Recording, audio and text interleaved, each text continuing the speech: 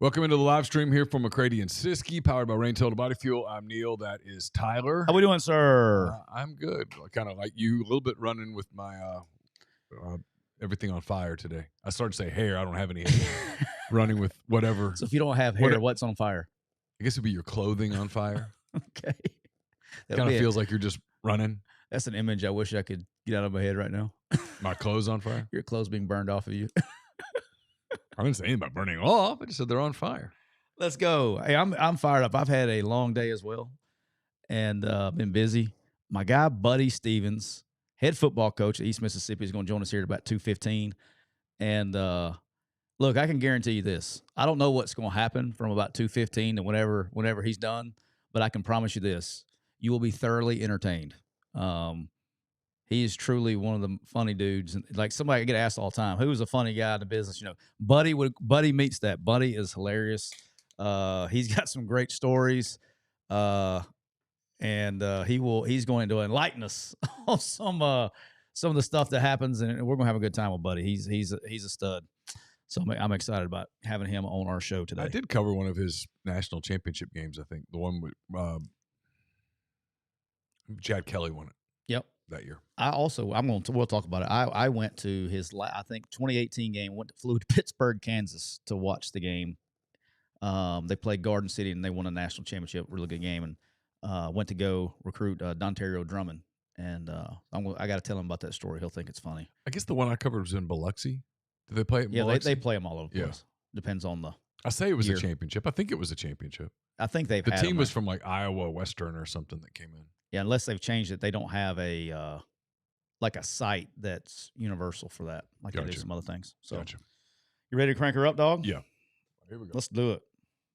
Got to get my readers out, man, so I feel like a real media guy. Oh, I feel that. Literally, I've got readers everywhere now. Let's go.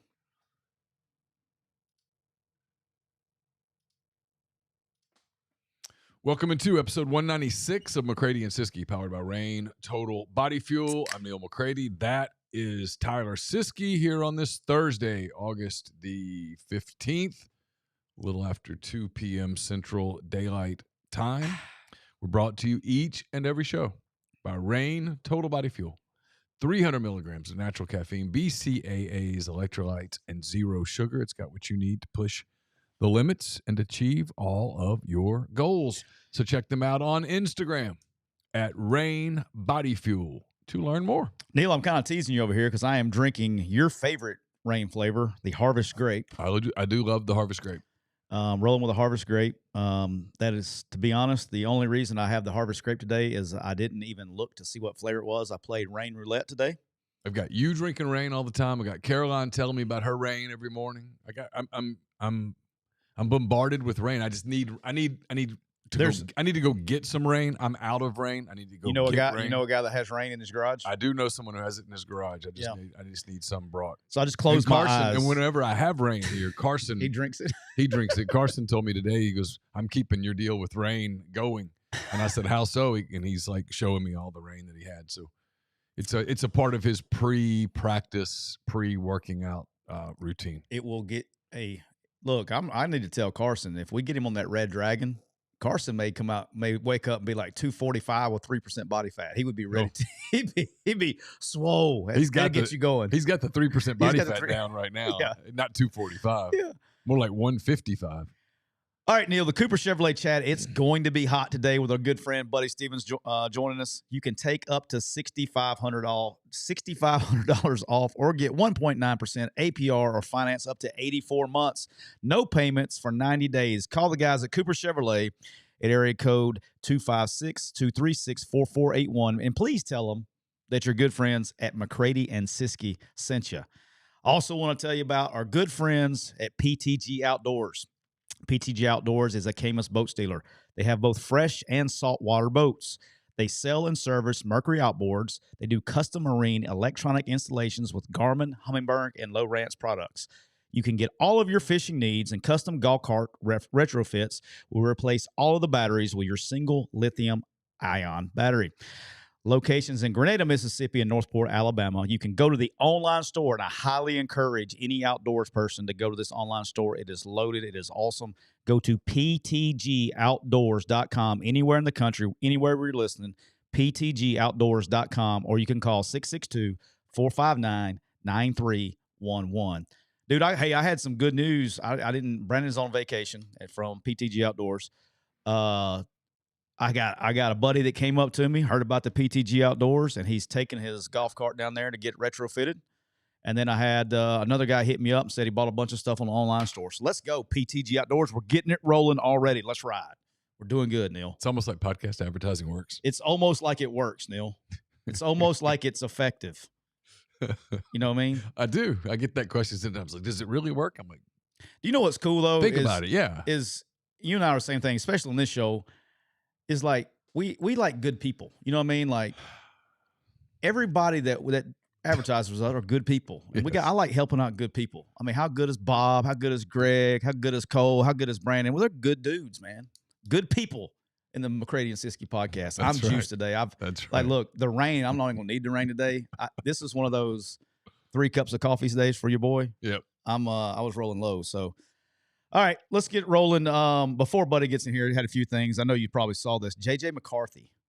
I tried to tell you meniscus tears are real things, dude. All right, so I've done some research. You were like, well, I mean, he's going to heal different than you healed. I'm like, I know that, but it's going to take him a minute. Well, and meniscus is so here's the thing. Different types, right? Right, but if you do what I did to mine or what he did to his, it's a 6-week. You can get on it, but you can't do anything on it. Yeah. I mean, so like for him, it's really 6 weeks of nothing, followed by a complete ramp back up. It's a 4-month process. Yeah, and so his season's gone. I mean, that's what kind of surprised me, right? Like I knew the most of the season was gone. I don't know if it's a roster move thing or. Well, here's the part is with meniscus is that there's so many meniscus tears that get fixed with the little arthroscopic like shave, right? And that's you're back up on your feet 2-3 days, and then 2 weeks later you're kind of back at it. But if you do what he did, what I did, you need to repair, where they go in and do the whole repair and you're immobilized. And then you have to do all the muscle reparation to get back to where you were. And I'm not talking for me. I was just about getting back to where I could like run and stuff. For him, it's getting back to where you can be a professional football player. Yeah, it's a full 4 or 5 month thing. He probably won't mind me telling it now that his football career is over. But Jake Coker went through this, and he did his. And when he had surgery, when he was like in between, he did it at Florida State in the middle of a transfer, and he was kind of ready to go. It was 4 months. He was ready to go, and that was off season. But he actually had to go back and clean. They had to go back and clean his up, and the fans don't know that, but now they do. So they had to go back in and clean it up. Yeah. The interesting thing with me is I think even with this one, if you look how long the NFL season is, he could have been back 12, 13.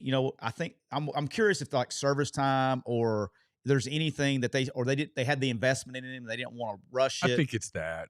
I think it's kind of like. It's not like he's Caleb Williams. No, best option. it's kind of like the not to get basketball into it, but like the Thunder with Chet Holmgren. He could have conceivably played in March of his rookie year, but why do you do that? Like, right? This is a long-term investment. You're not rushing him back in any way so that you can get him back in week 13, week 14. It's like, no, we're going to do this the right way. Let's let him get completely back, 100%. Yeah. He can take this year, and it can be a mental year. He can learn a lot. It doesn't have to be a lost year. But that's a tricky injury. And if you try to take your boy, you saw me at one of Carson's soccer games where I got so excited I jumped up one time and I did and kind of set myself back. I felt bad, like seriously. I did. I saw you do it. That was I don't mean I can I laugh about it now that you're okay? Yeah, sure, I'm fine. All right, I saw this live. All right, you got excited and I was kind of up in my own world or whatever, and you were sitting right down in front of me, probably like two or three aisles. And when you got up and you jumped, I immediately saw your face grimace when you landed. Oh, yeah. I knew. I was like, man, my boy just set himself back right there. Just right there. Yep. I saw that. Yeah, their playoff run set me back about 4 weeks. But no, I mean, it was So for him, I mean, the reason I think if you're the Vikings, you're doing the right thing is you say to him, hey, it's not happening this year. Right. So let's chill. And that way he's not trying to force his way back and now you have a setback or he does something else. This way you do it right. You let it just be what it is. And you learn a lot. He can get in film room. He can get in the coaches' rooms. He can learn a whole lot in this first season. You really, though, you don't see a lot of the full repair meniscus in football is not as common. You know, that obviously it happens just like every injury. But now the 2-week or even the 4-week meniscus is that's the more likely one. I mean, every year you have at least 1 or 2-week meniscus guys. And really when somebody hurts their knee, you're actually praying that's the meniscus. Because usually they can come back with no issues. Now, you have the full repair. I will say this. When you have the full repair, Neal, it does affect you can't – there are some things you can and can't do, afterwards. So it's actually a 2-week meniscus, you're good. I mean, you'll never know that you even did it. This full repair one, I don't want to – I don't want to freak you out or anything. But the full repair one, there is a difference when you come back from what you were before. You don't ever really get all the way back to what you were before. Sorry, I'm trying to think. I didn't want to say that. I didn't want to bring you there. What was I before? No. But you may not be able to run as fast as long. Well, I mean, even when you feel healthy. I'm now knowing this is not about me, but I am back to running pretty consistently, and my pace. And some of this is because I haven't run in a while, right? But my pace is 10, 15 seconds a minute slower than it used to be. All right, and real quick for our good friend Buddy hops on, I had to bring this up. Apparently, Neal, I didn't know if you knew this. Do you know we have some Michigan administrators that listen to our show? Oh, is that right? Yes. Okay. Following our show on Monday when we went hand raise guy, and I said, you know what? You went hand raise guy. I went hand raise guy, and I said, I totally probably on the opposite side wouldn't of do this. that. Harbaugh is no longer going to be at Michigan. Again, we'll talk about it when Buddy gets off. If we have time, I'm fired up. All right. I told Buddy, I said, once you hit the link now, assume you're live. So I already gave him the warning. There he is. I got to get over here. Which way I got to get in the camera? Over here. Here we go. Ladies and gentlemen, I got you. Can you hear me? Yeah, you see? Let's go. I like it. Let's go. I like it. Ladies and gentlemen, joining us today, the man, the myth, the legend, the 5-time national title head coach of the East Mississippi Community College. Oh, it gets better. He's also the 3-time NJCAA Coach of the Year. And Neal, he's also a fellow 3-time world champ. That means you got 3 kids like the rest of us. You're at least a 3-time world champ. My main man, Buddy Stevens. Buddy, how we doing today, brother? 3 girls, brother. Got one of them married off this summer, and the other one decided she's going back to get her master's at Southern Miss, and the other one's a Mississippi State grad, and she just got her a nice job and with Ochsner. So we're blessed. Man, me and Mom are empty nesters a little bit, and Mom bought her a new dog. Bought a cockapoo, and he's running the house he runs my lab off all the time. So, but it's all good. I love it. So I gotta tell a little bit on. I got a couple things. I got to tell some stories on Buddy a little bit. But Buddy's got a ton of stories. This is fixing to be. We're fixing to have fun here. All right. So I was at Ole Miss and I went recruiting. First thing, before we start this, I'm going to start it with like this. Buddy, on behalf of coaches, because I know it wasn't just me, I was so grateful for Buddy. And if Buddy ever told you that he had a player and he could play for you, he wasn't bullshitting you. All right, because a lot of coaches go, well, if Buddy told you he could play for you, he can play for you, period. And so you had to trust that. And so I flew up to Pittsburgh, Kansas in December of 2018 to see East Mississippi was playing Garden City, and we were recruiting a kid named Dontario Drummond, a wide receiver from Ole Miss. All right, and I go up there. I was telling Buddy this last night. So for whatever reason, I disagreed with some of the evaluations. And there were some people that were like, I don't know about his ball skills and this and that. And I was like, well, look, I'm going to go watch the guy play. I can tell you, right? So I was like, whatever. And so I told Buddy this story last night. This happened. It's the first time and only time I've ever seen this happen. So I go on the sideline in pregame, and Buddy's in his game mode. He's ready to go. And I'm about the 15-yard line, Neal. and Dontario Drummond was catching punts like they were punting. He was returning punts. Yeah. And he kind of looked over there and like saw me, almost like he knew what I was looking for.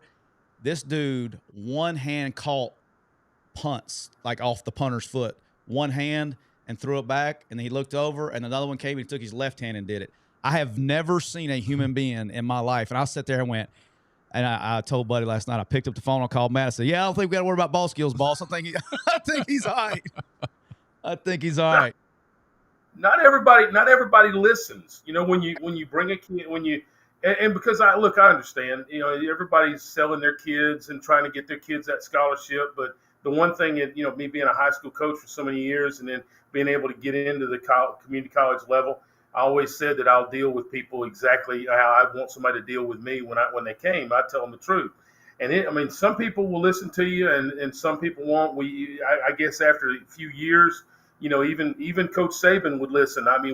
We don't play the 2020 year, and Kyrie Jackson is at our place. And Kyrie, rest in peace, he was there at our place. We didn't play. And we convinced the coaches at Alabama that, hey, he could play. So they got him over there, put the vest on him, runs him around, and all of a sudden he doesn't play, but he earns a scholarship at the University of Alabama. It's much, and I know you probably don't get told enough, but it really, and you know what I'm talking about because you actually go recruit. You recruit too, but it makes our job easy that you can trust somebody, and when they tell you they're not bullshitting you, they tell you they can play. All right. Call across the state and tell Hugh to listen. Because I don't know, but we have 16,000 yards of offense at Ole Miss. When's the last time Ole Miss beat Alabama without an East Mississippi quarterback? If you can tell me, hey, I'll be a believer. But hey, everybody can say what they want to, but baby, we've brought wins. Wins. The answer to that would be Eli Manning, right? I don't know. It would be Eli. Did Eli beat Alabama? Eli beat Alabama in 2003. Before my time, boss. Well, that's what I'm saying. Well, that's 21 years ago, and and it hadn't been many. I'll tell you this. Okay, we've got more wins versus Alabama. No, but it is. It's hard. It's really hard because you have so many coaches telling you that these guys can play. Yeah, and so. It's much appreciated. Thank you so much for that. I'm being serious. I'm not even joking on that one. All right, and I'm going to cut him loose in a second. But the other one I had to tell is I think the fans will like this too. So I'm at Ole Miss the very first year. This 2012, and I was on campus, and we had a really one of the most talented individuals I've ever been around. Probably, definitely top 5 or top 10 most talented football players I've ever seen in my life. And Snoop Brazel. And Snoop was trying to get eligible. And when we got here, Neal, you were covering the team the year before. So we had an uphill mountain to climb in those few months to try to get him eligible. You did. And so we're doing everything we could. And I knew that grades were going to be posted that day. Like we knew that was grade posting day. And I had gone on campus for something I don't even remember. So I was on the golf cart and I was going to campus. And I didn't know if we got grades back or what. I didn't know what was going on. And so I pulled back up around the back of the indoor practice facility to park where the golf carts go. And I said, who in the hell from East Mississippi is in this parking space up here? I'm like, what the hell's going on? And I walked in. I'm like, whose car is this? And he goes, oh, that's Buddy Stevens. I said, shit, Snoop didn't make it, did he? And so Buddy somehow, Buddy, I don't care if you know, you don't have to tell if you don't know, but Buddy knew that Snoop wasn't eligible before I did. And he was up there tracking his ass down, getting him. He's recruiting him to get him to East. Was it Michael Douglas in that movie, Wall Street? Information is everything. Let's go. Yeah, so that was when you knew it was there. All right, Coach. Before we get to some fun stuff, I want to talk to you about a big announcement this week. Big announcement down in East Mississippi, down in Scuba, Mississippi. Tell me about 5 Star Legacy. The first ever, to my knowledge, the first ever NIL collective started in the junior college levels. Tell us about 5 Star Legacy. Well, I don't think it's the very first one. I think that there are a couple others, but I think we're the first to have all of our student athletes in football in one sport have an NIL deal with them. 5 Star Legacy is a group of people that started by Terry High over in Jackson, and he Their group has been gracious enough and saw the meaning of what we try to get done off the field and on the field and in the classroom, and really has found some value in what we bring to the NIL world. And I think we're excited about that group partnering with us and with our football players to help them get, that, hey, look, I'm giving you the old school ball coach answer that doesn't tell you anything, but hey, we're glad that they're partnering with us. We're glad that they're helping our guys, and they are helping them. And we're excited about that because I think it opens them up so many more things. And I think you and I talked earlier, it opens them up for so many more things quicker. And so, I'm all for it. I'm all for the guys getting everything that they deserve now and later. Yep. That's my guy right there. Hey, that's my guy right there. How has NIL and transfer portal affected the community college, junior college football? Recruiting, the game itself, everything. The NIL is, they're going to, look, we had a couple of guys that's gone on from here and signed NILs for way more money than I make, I can tell you, for a year. And then they, a couple of them have gotten cars. One of them didn't even have a driver's license, but he got a car. So we've seen it affect recruiting that way. The portal has, you go back and look now. Look at our last all of our national championships with the exception of one. In 2018 we had a kid from Messiah DeWeaver from Michigan State that transferred in. He would not have transferred in with the portal. The year before that, Lindsey Scott transferred in from LSU. He would not have come here because it had the portal. In 2014, you had Chad Kelly. In 2013, we had Dontrell Pruitt from Laurel. So, that was an in-stater. And then in 2011, we had Bo Wallace. So, you look at, they had the transfer portal back then. We wouldn't have gotten those guys. Now it's much more of a high schoolish developing league for us, and we have to understand that, especially with the increase in scholarships. There's fewer to pick from now, so it's hit us pretty hard, and I don't see it going back the other way to anytime soon. All right, let's talk about recruiting. We're gonna have some fun here. What is the craziest? Because look, we got some crazy. Everybody's got crazy recruiting stories. You've done it longer than I have. You've probably seen crazier stuff than I have, and I've seen some crazy shit. So, what is Buddy Stevens? What's the craziest thing you ever saw while you were recruiting? Craziest thing that you ever saw while you were out recruiting? Well, not while I was out recruiting, but while we were playing. We were getting ready to play in a national championship setting. Okay, that's what I'll say. A coach from a recently acquired SEC school came and lined up and walked out on the field and said, "Coach, which one is so-and-so?" And I said, "Well, he isn't here." He said, "Where's he at? Did y'all leave him at home?" "No, he graduated last year, Coach." And this dude is a head coach now. Go figure that one out. Okay. You didn't. So I'm like, hey, I'm not. I didn't. I really didn't. But like somebody somewhere sent him from somewhere in the Midwest over to watch one of our games, and he didn't even know who he was coming to see, really, because that guy had graduated the year before. That's the craziest one. Look. Yeah, that's pretty bad, Coach. I would. Yeah, that's bad. I've been on the road a lot. I don't know if I'd ever. He's still a head coach? Oh yeah. Oh, okay. I'm now guessing. Well, it's not hard. He narrowed it down pretty good. He did. Yeah, he narrowed it down pretty good. All right, let's talk about this. I always think this is interesting. So, what's the best football player that you ever had, that you ever coached, that didn't make it for whatever reason? So for whatever reason, what did that, either grades or whatever it was?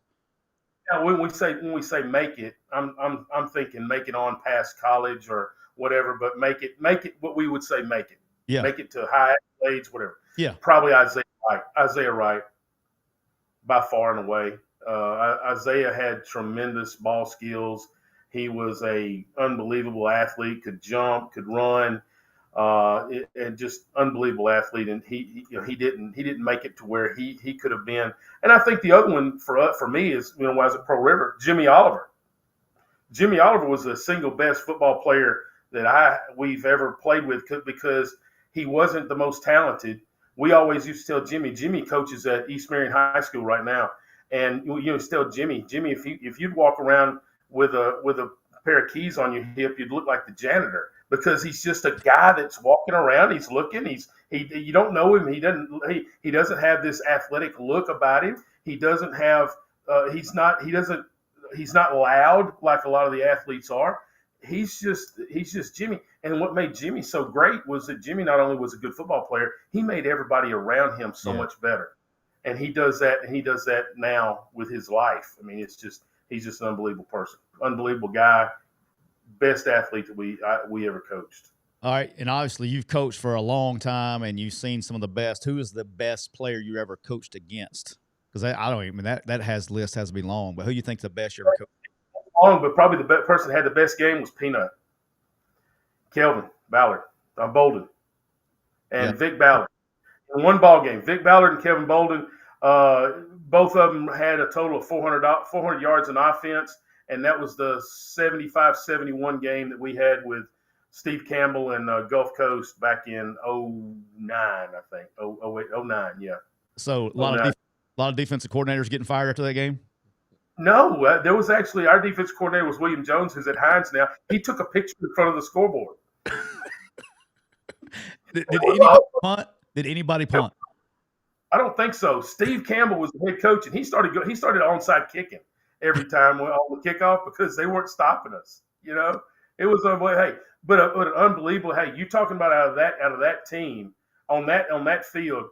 Randall Mackey had 494 yards in total offense and 7 TDs in that game. Rushed for 123 yards. All right, and where did he go to school after that? Ole Miss. Right? So we're sending him, right? So, but that game just had so many great athletes in it, and you had Lance Lewis, who played for the Skins. You had so many good football players. We had Quentin Dial, who ended up playing for the Packers in the 49ers. So I mean, there was a lot of people. Danico Autry played in that game.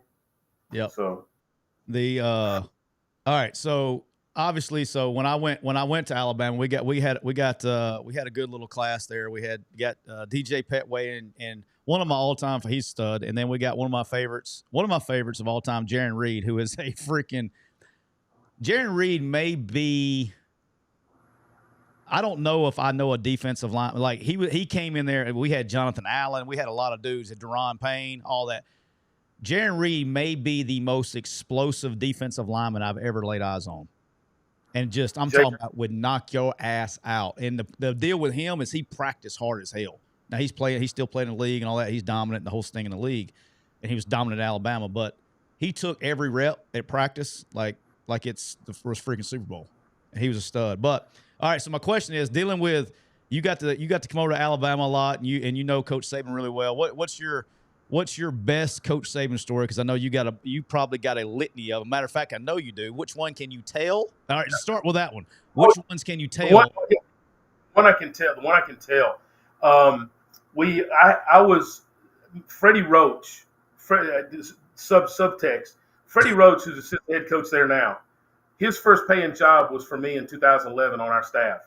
A.J. Milwee, who's the quarterback coach at the University of Texas, also was on that staff. Came over, and he and Freddie are really, really tight. So when Freddie left, I coached at Central High School in Tuscaloosa before I got into JUCO in 2001. And me and Freddie were talking. I told him, I said, ops job was always something that I thought about. I wanted to get into. Player personnel type deal, take care of problems, what you're so good at doing. And, I said, okay, let me go over. And, he said, I would like to do that if I could. And Freddie worked it out. Freddie not Freddie, Panunzio, Kirby worked it out. Kirby Smart worked it out.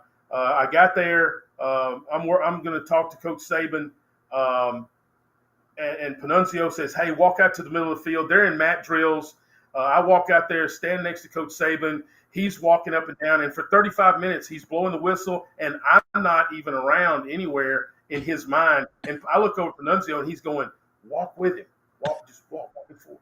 So I'm walking, and then finally he asked me about a couple of, "You seen any offensive linemen?" I said, "Yes, sir. We had one signed with Texas A&M, one signed with Texas," and he goes ballistic and starts cussing. Why didn't we freaking recruit him? And I said, "Coach, I don't know. I just give the names, and I whatever. Coach Cristobal didn't like them." Okay, good. So anyway, we walk back and forth a little bit, and then finally he looks over, doesn't say anything else. He said, "Well, look, if you can have this job if Freddie don't want it. If Freddie don't want it, you can have it." So I said, "Yes, sir." And I'm quickly try to get to the sideline and get Freddie on the phone, tell him, "Don't you take this job." Well, Freddie Roach ended up taking it, and so that's my one Coach Saban story. But we've had tons of them. I have to say, and you know where I'm going with this. You'll know where I'm going with this. There are some coaches in this country that will not go and sit at a high school or go and sit in a family's house or definitely go to a JUCO, right? I have to say, Coach Saban has been none of those things. He's always, I had his number.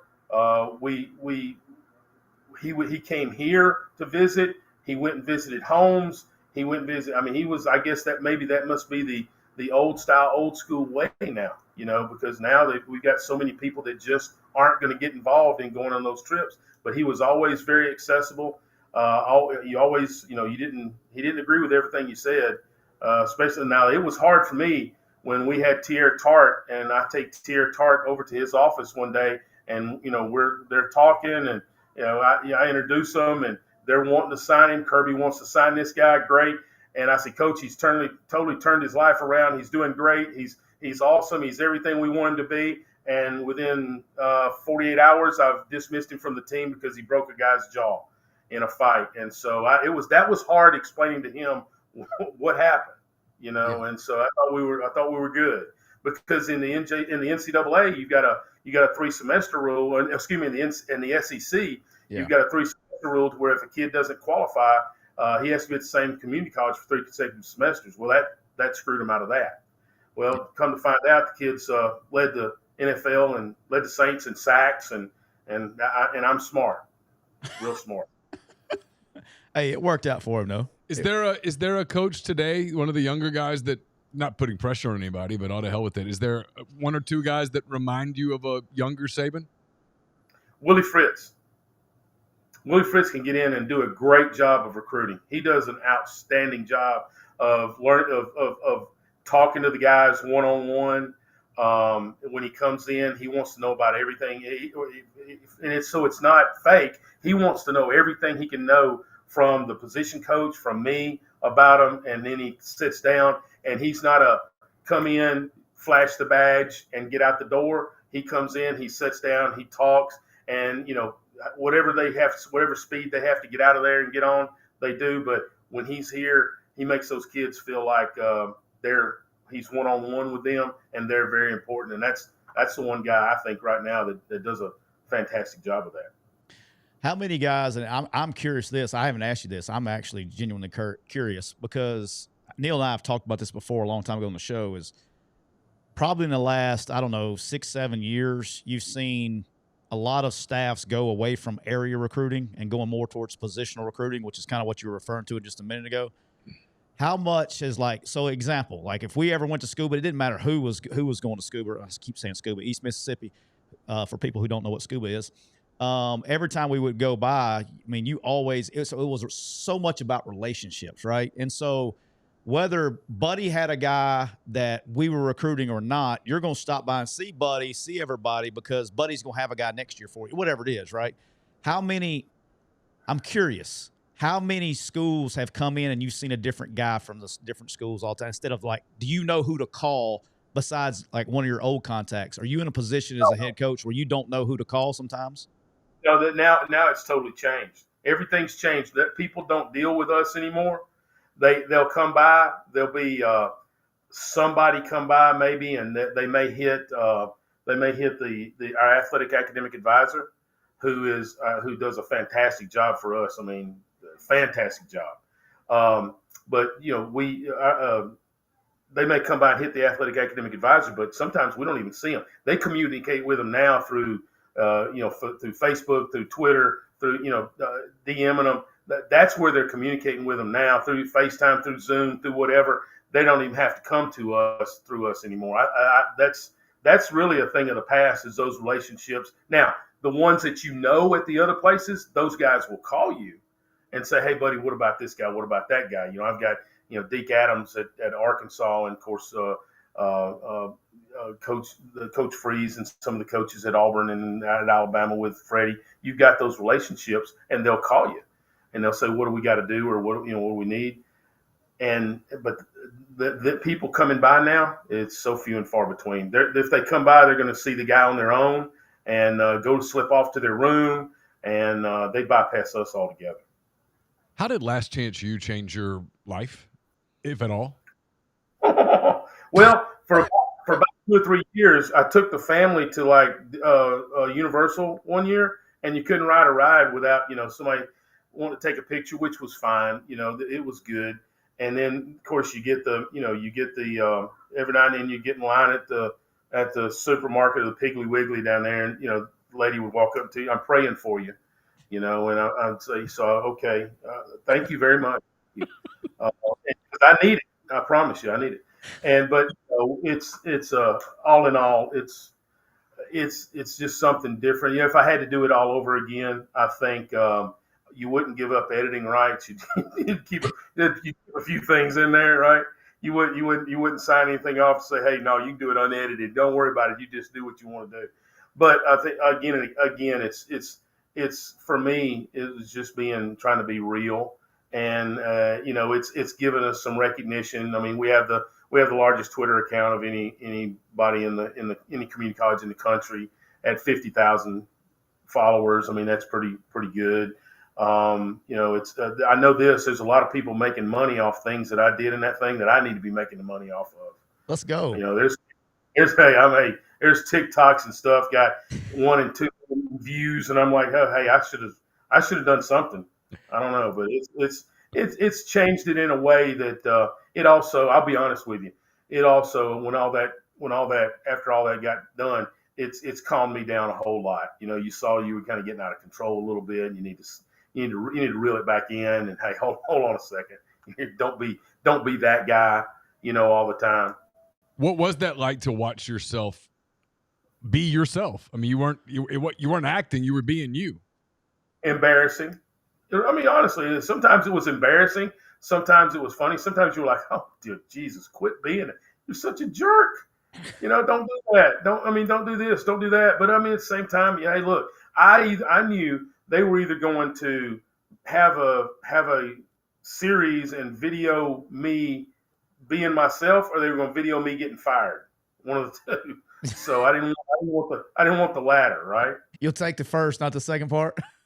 That's exactly right. We've talked about on here. I get asked, in random streams or whatever, I always get asked, "Hey, do you know Buddy Stevens or JB from Last Chance U?" I say, "Well, I know Buddy." And I always say is like, and Neal and I have talked about this off the camera, but I was like, if you put a camera, I'm being dead serious. If you put a camera crew with no editing restrictions on any college football coach in America for that period of time, you can pretty much draw up any kind of picture you want to draw up, because I can go ahead and tell y'all know that I get riled up sometimes. Imagine when I really get pissed off. And if that was all anything that was on, and I've been an asshole a lot. Tyler, I listened to Hugh Freeze on ESPN Game Day say that he doesn't curse, he doesn't drink, and just occasionally takes a dip. He doesn't curse. He doesn't curse. I will say that. He doesn't curse. He does like his red man, but he does not curse. Okay. He does like his red man, but he does not curse. I will. Go ahead, buddy. They ended up having a golf cart. They mounted a camera to the golf cart one time because they weren't able to get down on the other side of the field. When I would lose my mind, they couldn't get out on the other side of the field fast enough. So they mounted a camera to the golf cart and would be able to move it around so that they could film it when I lost my tacos. So that was a lot. I could, I keep thinking about it. I had my red man. I could have got a red man. I could have got some type of red man endorsement. I could have got an endorsement from Nissan, which I do. Thank you for the people at Columbus Nissan, Randy, Charles Rigdon, and Ryan Rigdon, and and Russell Street. You guys are fantastic. If you need a good Nissan pickup truck, go to Columbus Nissan and see Russell and Ryan, and they're gonna hook you up. My guy. NIL days, baby. NIL days. Yep. Hey, I love it. I love it. All right. What if you had one? If we woke up today, and Buddy Stevens is the commissioner of college football, you got one rule that you can change. All right, one rule that you can change. What rule is Buddy Stevens changing? Immediate eligibility after a transfer. All right, guys, it's been real. I've been trying to tell people, Buddy, they just they push back, man. Drop the mic. Drop the mic, Costanza. Walk out. I don't even know how many people push back now. I think most people. Oh, they do. Oh, yeah, I know. But, they do. But I think a lot of people agree with it because there's more coaches who will say it out loud now. But I wish, and then Buddy will, obviously, and Lane will, right? Lane will actually talk about Lane will. To Lane's credit, consistently he has said, hey, we have benefited from this maybe more than anyone else. But it is I can't remember exact adjective that he uses, but he basically implies that it's an insane system. Yeah. It's just, I've been saying that, Buddy, it's not and here's the truth. And I'm going to throw some allegedlys on here, so I don't need any follow-up stories, Buddy, in case you know something. I'm just going to keep we're going to say allegedly here. All right, but NIL has been around a long-ass time. Way before anybody even knew what NIL meant, NIL has been around a long-ass time in college football recruiting, okay? Allegedly. All right, this immediate eligibility is completely destroying the sport.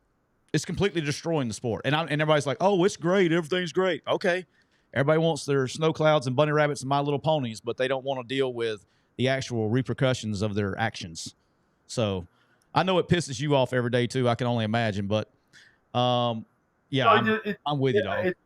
To me, it's just when you're able to transfer and then you're able to transfer again and then you're able to transfer a third time and there's no all it is highest bidder. And I promise you, you remember this, Tyler, years ago, everybody was scared that the players were going to unionize.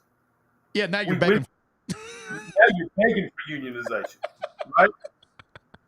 Now you would have given your left toe to unionize. Yeah, please unionize so we can get this shit fixed. Please. Yeah. But hey, why would they unionize when they're getting everything they want ahead of time? You got to take something away back from them to unionize, so they're getting everything they want.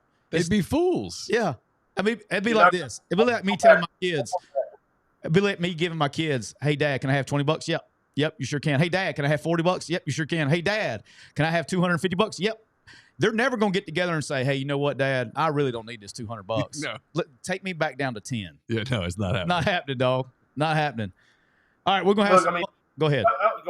Go ahead. I'm sorry. No, please go ahead. This is my jam. I was there thinking, these guys that come in and they walk in, and I mean, it's going to trickle down to the community college at some point. But I mean, it kind of gets ridiculous because we're raising soft men, raising a generation of soft men. Period. I mean, look, if I could have left my first ball game in junior college years ago at Pearl River in 1986. All right, Mike Nelson is the head coach now. Mike Nelson was a Mississippi State linebacker, played behind D.D. Lewis with the Cowboys. Mike Nelson was a bad dude. Me and Jordan Bradford, who we were later roommates at Delta State too. Jordan Bradford's on Bradford Seafood. Bradford Seafood's down in Pass Christian, Mississippi. Jordan, Jacob, and Joseph Bradford, all great people. But let me say this: we were sitting there. If after the first ball game I could have left, we're sitting there. Me and Jordan are sitting there. Coach Nelson comes around. We're losing to Northwest 21-7. They got Cortez Kennedy as and Wesley Carroll and as one of the nose guards, and I'm playing center. We can't run a counter because they can't. I keep getting knocked in the backfield. Walks up to a player that I will not name, my head coach, He said, "You embarrassed out there?" And he rears back and slaps him open-handed across the face. Me and Jordan look at each other and we just start sliding our helmets down over our ears, right? If I could have quit and transferred then, probably would have, but I wouldn't be the man that I am today because Mike Nelson did more for me than anybody that I ever had coaching almost, you know? And so, I mean, we're just raising soft people that are looking for easy way outs. And granted, it works for some people. It has worked for some people, but we can't just keep letting them find rabbit holes to go down over and over and over again. I agree 270%. You had my man. Neal's probably laughing because he's heard pretty much exactly what you just said at least 800,419 times in the last 3 or 4 years. Hey, we had a question from the Cooper Chevrolet chat. All right, I'm going to ask you about this. Who is the best? This has come from Joey. Who do you think is the best quarterback that you had while you were at East Mississippi? All in all, just everything. I mean, you're talking about a lot of really good quarterbacks that we've had. Obviously, you know, Randall Mackey, we got a new stadium out of Randall Mackey being here. Our stadium that we have now is the house that Randall built. Randall Mackey could run, he could throw, he could make every throw. And when I tell you that he had a, you know, I don't know if you know much. You weren't there when Randall was there. I was. Think. No, I had Randall. And you know, Randall had a stuttering problem, and we had the Tony Franklin on everybody, and we had the center called snap count, and we've stayed with that ever since. Randall Mackey transformed what we did here, and that's the reason why I have to go with Randall Mackey. Let's go. He made. I mean, he's just he's a fantastic guy. Now look, Bo, Chad, all those guys, they were fantastic. Wyatt Roberts, some of the guys that we've had, unbelievable people. But when it comes to guys that just transformed what we do here, my job, I mean, my family owes him so much.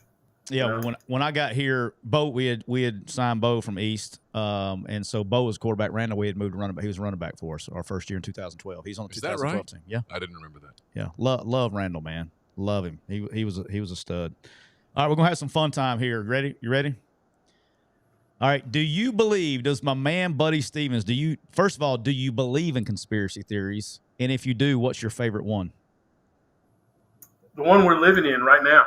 Absolutely, I believe in it. But the one we're living in right now with Joe Biden, I just think it's. I believe wholeheartedly that we've been nobody's been scammed in this deal. Everybody's known it, and nobody's took a step back and said, "Hey, let's pull the curtain back." Come on now. Hey, it's not wrong. Look, hey, you're gonna get Neal's over here fist pumping. He's ready to go now. You're right up Neal's jam right now. I mean, we are 30. Let's see, it's been 35 days roughly. Yeah. In 35 days, we've had an attempt on a former president that has just completely no one talks about it anymore. We had essentially a soft coup to stop the sitting president of the United States. I mean, he is technically the president of the United States, Joe Biden. He was the Democratic nominee. They cooed him out of essentially and no one talks about it. And we're now in one where the person who 4 weeks ago was the most unpopular vice president in American history is now a social. I mean, a phenomenon. I mean, it's wild. It is watching. I've told my kids are, buddy, my kids are 23, 21, and 17. I'm like, I promise you, your grandchildren will do stories. They will write essays. They will have to write papers on 2024. So take notes and remember this, because I won't be around to help you remember. But you're living crazy times.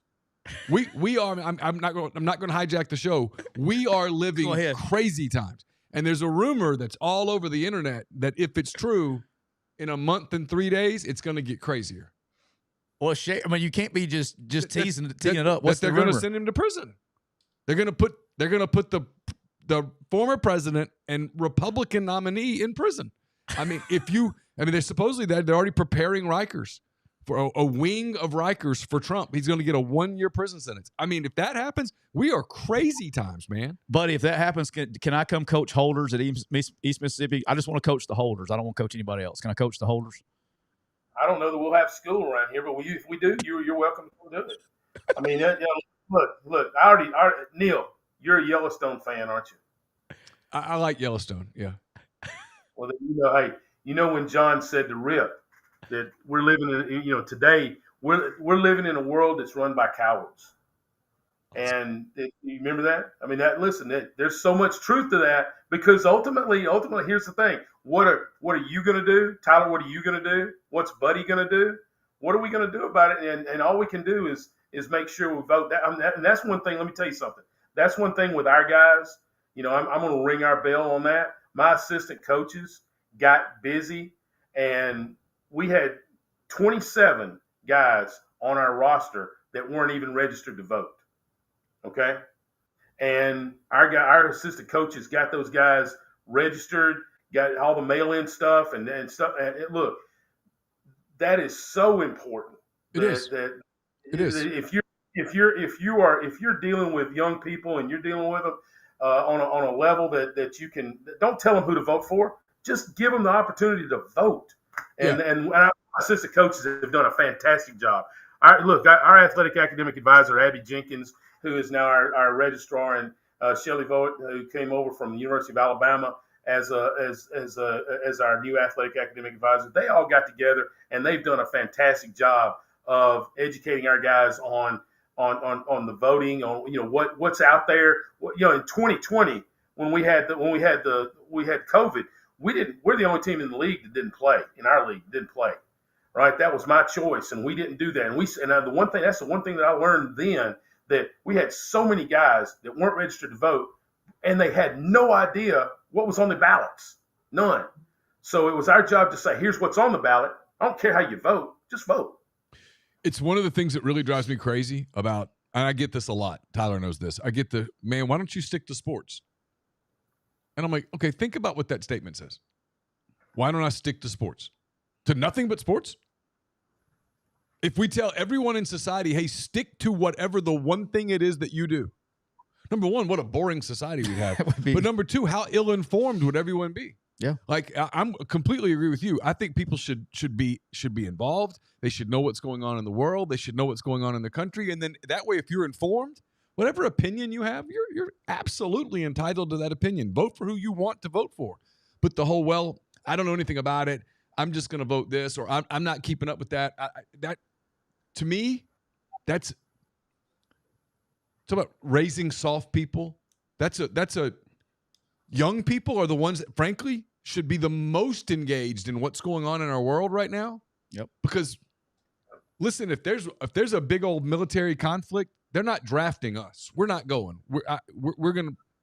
If it comes to us having to go to war, I'm kicking somebody's ass. But it went really bad. Is my no.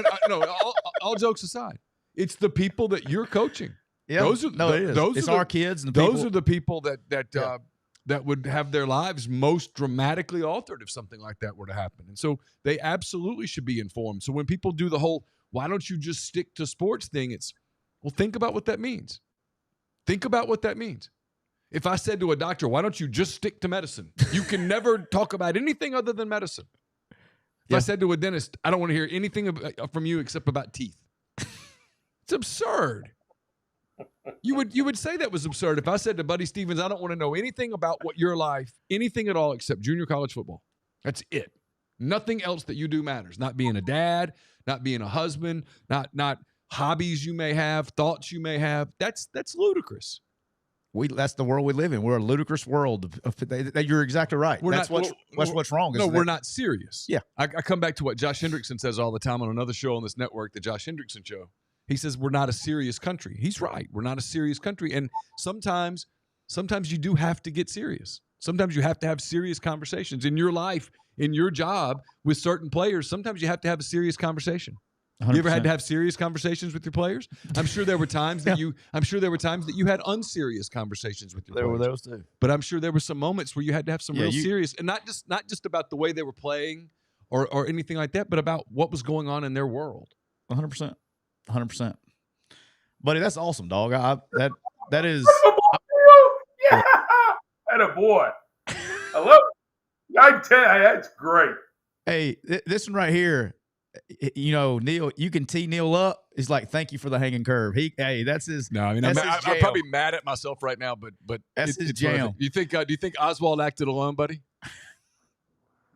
No, I don't think anybody. I don't think he acted alone. Absolutely not. I think there's other things too. I mean, there's a lot of things in our world. I mean, I'm a big UFO conspiracy theorist, right?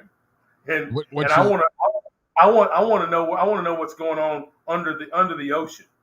I want to know what's going on in the ocean. I want to know what's going on out there. For real, I want to know, right? Not no. Don't give me stories. I want to know for real. And I mean, but I think we all know. Are we really? Do we all really want to know that one?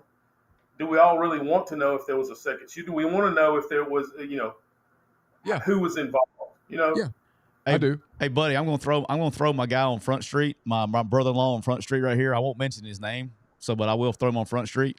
So my brother-in-law, his last press briefing at the Pentagon before he was in the Trump administration, my brother-in-law, he is also in Bush administration. I'm not going to mention his name, but his last press briefing before he left, he's the one who released the UFO information, about the Air Force and showing the video. That was his last press briefing.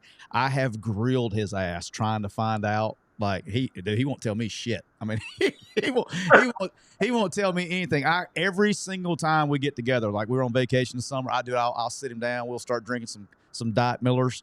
And we'll get rolling, and I can't get him to tell me shit. But I mean, look out into the skies at night, on a dark, clear night. Look out into the skies and look at all of the stars and understand that's like 1/88 gazillionth of what's out there. And tell me we're the only life. Stop. Yeah, I just want to know, buddy. I just want to know. I mean, it's not going to do any good, but I'm like you. I just want to know, man. Tell me what's up. All right. Last meal you cooked at the house. What's the last meal you cooked for the family? What are we rolling with? Scrambled eggs, bacon, and biscuits with tomato gravy. Oh, let's go. You a Blackstone guy or a grill guy or smoker or what? I don't make enough money to own one of those, but I'm a real good skillet guy. I'm a real good skillet guy. I'm good making eggs. But now I'm a grill guy. I'm a charcoal grill. Steak. My wife comes in on Saturday. She says, "Hey, make us something." I'm going getting ribeyes, cutting them, and then salad, baked potatoes, stuff like that. And that's my two things that I'm really good at. Other than that, I'm not good very much. All right, last question, because I know we're wearing your time out today. Last question for you on the conspiracy theories here. We got one in the Cooper Chevrolet chat. My man Austin Blanson said, "Ask about 9/11. Do you think 9/11 is conspiracy, or it was what it was?" No, I think it was what it was. I think there were people that knew that we should have been on higher alert than what we were, without a doubt.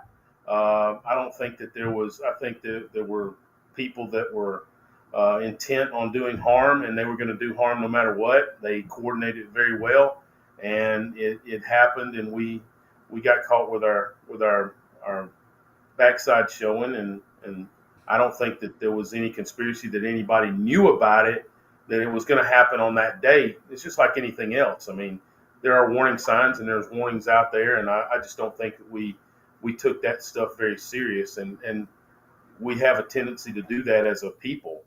That whether it be Pearl Harbor or what, even with COVID, with things with riots, I think we're a people that doesn't think ahead a whole lot and prepare, and we need to do a better job of preparing. I've been my wife, my father-in-law, brother-in-law, all in the military.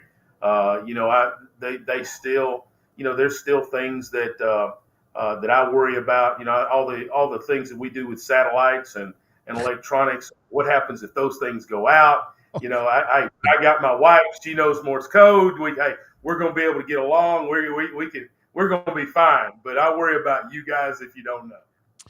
You know, it's funny you say that because I was watching a documentary. I was in Dallas for media days, and I was doing like elliptical stuff early in the morning, and I was watching on I think it was Netflix. It may have been Apple TV. It doesn't matter.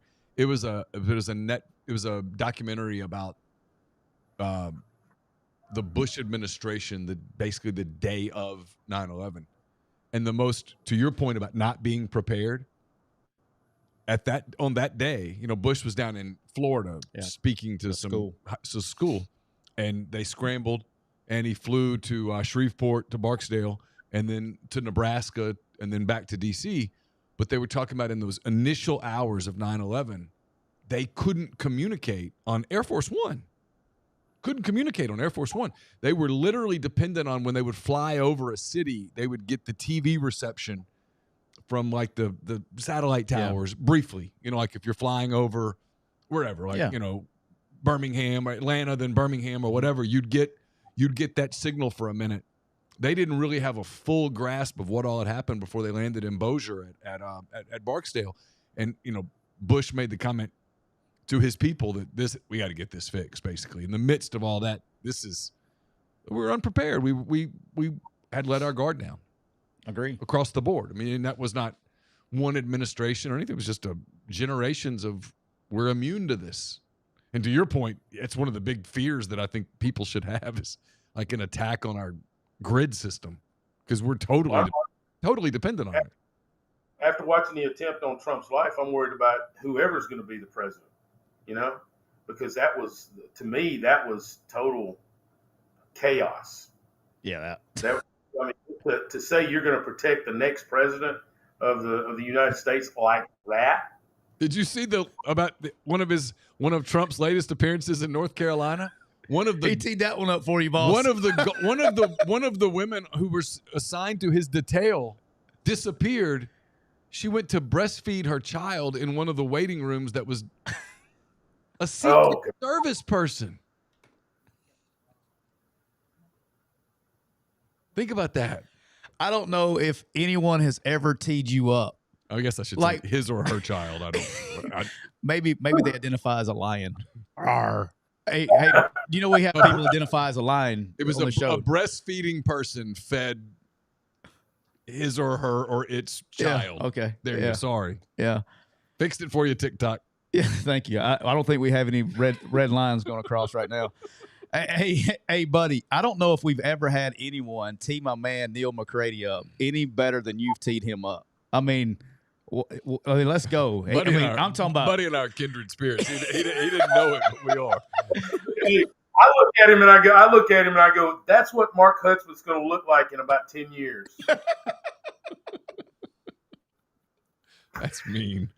That's just mean. What mean? That's awesome, man. It's awesome. You're a very fit man. You're good looking. Look at there. I try. Let's go. I try. Let's go.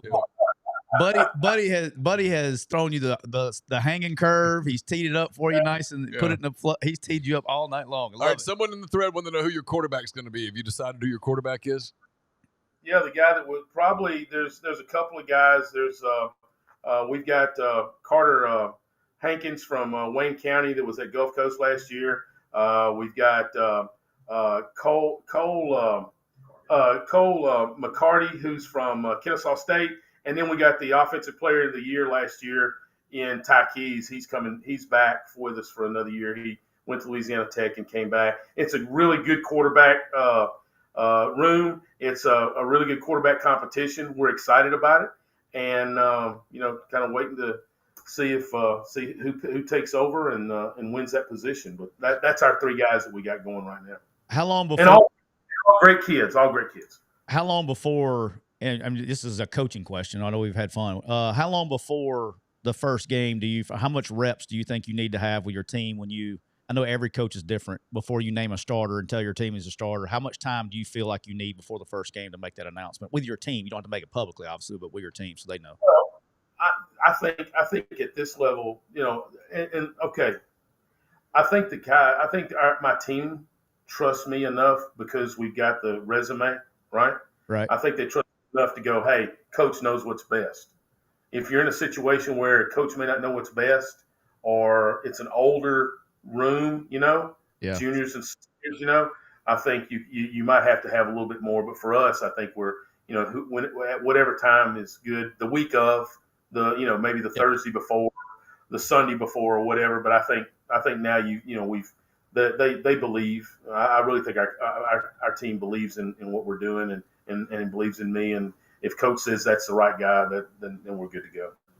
Well, dude, look, I appreciate the hell out of you. This has been, you are welcome back anytime you want to come back. You just hit me up whenever you're free. This has been, I told Neal before we started, I said, let me tell you something. This is going to be one of the best interviews, and we've had everybody on here. It's going to be one of the best interviews we've ever done.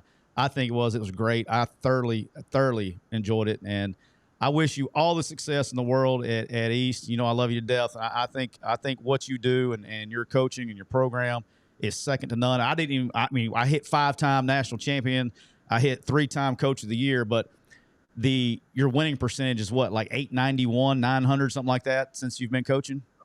Something like that. Yeah. I mean, you damn near win every game you coach. So I wish you the best success. It's all having great assistants. You know that. I mean, look, it's all about having great assistants and really great football coaches and it's all about the players too. So I mean, it's not. Look, I just sit on top of the lawnmower and mow, baby. That's all I can do.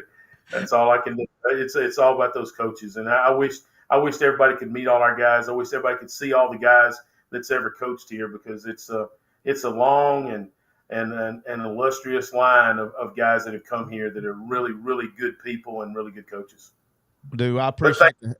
Hey, yeah, I appreciate the hell out of you. And like I said, if there's anytime you want to come on, anytime you need to get something off your chest, this is the place to come, because we can cuss.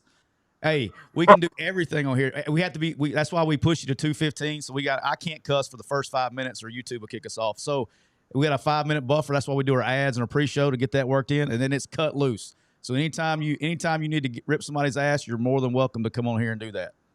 I got to get one more. I got to shout out to my brother Chris, who's delivering boats today for Rambo Marine, I'm sure. So he works for Scooter Rambo, and I just want to say hey to him and tell him I love him. Call me sometime. Call me quick. See you guys. All right, appreciate you, buddy. Oh, he's the best. Love me somebody. See, Neal, we are cool, normal people in the coaching world. Yeah, there's a lot of y'all that are cool, normal people. It's like any other field. There's good people. There's people that are not quite as good, and then there's cool people that are paranoid. There's a lot of stuff in coaching, like there isn't anything else. A lot of stuff. Like right now, there's just a lot of paranoia. it's whew. I mean, dude, has there ever been a human being tee you up more than Buddy did? I mean, he was just straight going right down your checklist, and I was dying over here because I was like, Neal was just like, I could see you. He'd start talking, and I could see you raising up your chair. You're ready to go. I mean, he was teeing you up. I loved it. All right, we're gonna finish up with this, Neal. We got about 7 more minutes. I was gonna finish up with this. All right, so Monday show. I told a recruiting story on Monday. And there was I don't remember Monday. You don't remember Monday. So no, Monday show, we did the recruiting story about me talking to the guidance counselor with the test scores, right? Oh, yeah. Okay. So Cole clips it, puts it on TikTok and Instagram and Twitter, all that stuff. High percentage of people were like, doing your job, yada, yada. Now that we have so many followers, it was a very low percentage, but a high number of people, right? Uh-huh. And so we had some, as you do, you have some really just mean and cruel people on social media leaving all kinds of comments. It happens. So this would be great for Cole to clip. So Cole, congratulations on this one. This will probably be tomorrow's clip. So congratulations, Cole. This is going to be better than some of the stuff Buddy just did? No, but okay. It'll be one of the clips though, I imagine. All right. So here's the deal so one of these guys was like a raging asshole. And so I happened to click on his profile, and he's a fan of a certain school in the SEC. Okay, he was a fan of a certain school, but he was berating me for the lack of character, and I'm a bad person, and all this stuff, right? And so I would like to say to you, sir, that be careful. Those in glass houses, Neal, shall not throw stones. Have you ever heard that saying? I have heard that one. Because, sir, your school that you cheer for, the school that you cheer for, that's all over your social media page that you're a diehard fan of in the SEC, your school cost me a player one time, Neal. Do you know why they cost me a player? I don't. Because they gave a preacher money. Mm-hmm. They gave a preacher money. They laundered money through the church because of separation of church and state. And a preacher gave the money to the kid as a donation. So be careful talking about what moral high ground you stand on, okay? What I did was that's not an old story. Yeah, what I did was rank like 10 million on the scale. When you're using the clergy to launder money to pay for your recruits, that would be, and I know that for a fact. Don't be so quick to go call out everybody now when this is over. Yeah. Yeah. Me and you'll have a good conversation when this is over. So be careful about doing that. So I know of a few occasions that money has been laundered through a church in recruiting. It has happened, Neal. It has happened. Let's just say it has happened. Oh, I know it has. It has happened. It has. It has happened. So be careful in that. All right. I got hit. We're doing a TikTok live yesterday, and you know how I am with stories, and stories are good for Cole. Cole likes them. They do great on TikTok, and hey, it's a good thing. TikTok loves the stories. All right, so I got triggered with a story, and I asked if I had told it, and I don't think I have. I think I've told you this personally, so it wasn't on the show, though. You've heard the story before. So somebody was asking me about stories about a coach. I don't think I want to say the coach's name on here. I'll say this: a sitting SEC head coach. Okay. All right, there it narrows it down. I'm not going to be as good as Buddy narrowing things down, but let's just call it one of the 16 sitting head coaches. Okay. So I was working with this coach, and I'm working with him, and the SID walks down the hall. Just a normal day, okay? Just a normal day. We had come back from vacation, normal day in August. And the SID comes, and he goes, hey, I got a problem, but it's not really a problem, but it's a problem that I'm going to need your help with. And this is the SID who came and told me. I said, okay, what's up? He goes, we're having a problem with this coach. And I was like, a problem? I mean, what the hell are you talking about? So this coach had gone on vacation, and he was at a lake with his family, his 3 small children. And a water moccasin had come up in the yard or whatever, or swimming around. And so he killed the water moccasin, okay? And he had, like every other human being would have done. Okay. Okay. So you're good with this so far? Yeah, so far, sure. And so he picks up very big water moccasin. He picks it up, the water moccasin, with a stick. And one of his buddies was there and took a picture of him holding up the water moccasin, the dead water moccasin, with a stick. Any problems? We're good? No. All right. So I'd be scared to pick up the dead water moccasin, but no, I don't have a problem. And so one of his buddies takes the picture and posted on social media, whether it was Facebook, I don't know, Twitter, whatever it was. Okay. And our good friends at PETA call. Yes. No. This 100% happened. No. Swear. Oh. Our good friends at PETA called the SID. Yeah. And demanded, not asked, demanded a public apology for killing the water moccasin. And so where it gets, because somebody was asking about a funny story about the coach, and I'm dying, right? I'm dying. I mean, I'm sorry, PETA. I'm sure. I mean, I'm sorry. I was crying, laughing. And so I was like, I told the SID, I said, yes, I will handle this. Let me handle this. And so I kept a straight face. And this coach is very all over the place, right? He's football 100,000%. And I waited till the meeting broke. And he goes in his office, and he's literally at his office standing up. He wasn't sitting down. He's trying to get his papers organized to go to the next meeting. And I said, hey, I wish I could tell his name. I said, hey, I think I can. I think you could. All right, it was Kirby. I'll tell it was Kirby. He don't care.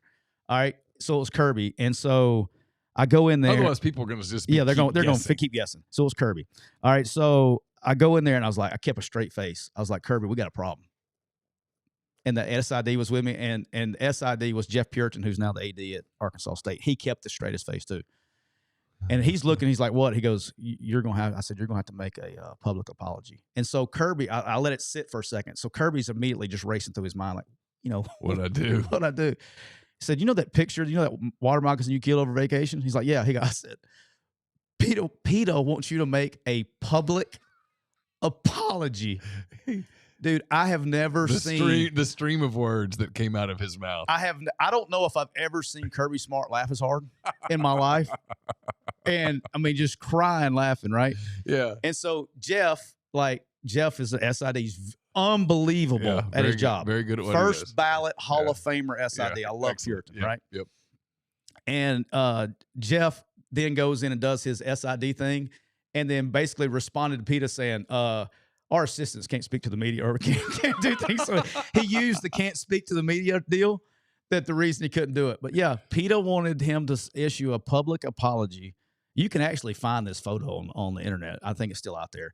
A public apology for killing a water moccasin that was chasing his kids around. So yeah, that's story time today. That is fantastic. Yep, that's all I got today, boss. All right, we're tell the guys about Cole Walters too, because we didn't have that. Could be life advice. Oh, for PETA. I apologize to Cole, by the way. Cole, forgive me. We'll make it up to you. We did have 2 life advices the other day, but I needed to get you life advice presented by Cole Walters. Basically, tell PETA to kiss your ass. There's your life advice. Presented by Cole Walters of State Farm Insurance. Cole, he does do pet insurance, doesn't he? He does. Yes. Is licensed in auto, home, life, health, business, and your water moccasin insurance for the whole state of Georgia. Contact Cole at 706-525-7850. You can also find him online at ColeWalters.com. I think the incident took place in Georgia. There you go. Probably did. We've been brought to you by Rain Total Body Fuel, 300 milligrams natural caffeine, BCAAs, electrolytes, 0 sugar. It's got what you need to push the limits and achieve your goals. Please check them out on Instagram at Rain Body Fuel to learn more. I remind you guys that PTG Outdoors is a Camus Boats dealer. They have both fresh and saltwater boats. They also sell and service Mercury outboards, and they also do custom marine electronics on Garmin, Humminbird, and Low Ranch products. Get all your fishing needs and custom golf cart retrofits where they replace all of the batteries with a single lithium battery. They have locations in Grenada, Mississippi, and Northport, Alabama. Go to the online store, and this is key, so everybody listen. If you're an outdoors fishing guy, anything, go to ptgoutdoors.com, fill your card up, help the guys out that support us, or call 662-459-9311. Have a great weekend. See you on Monday. Take care.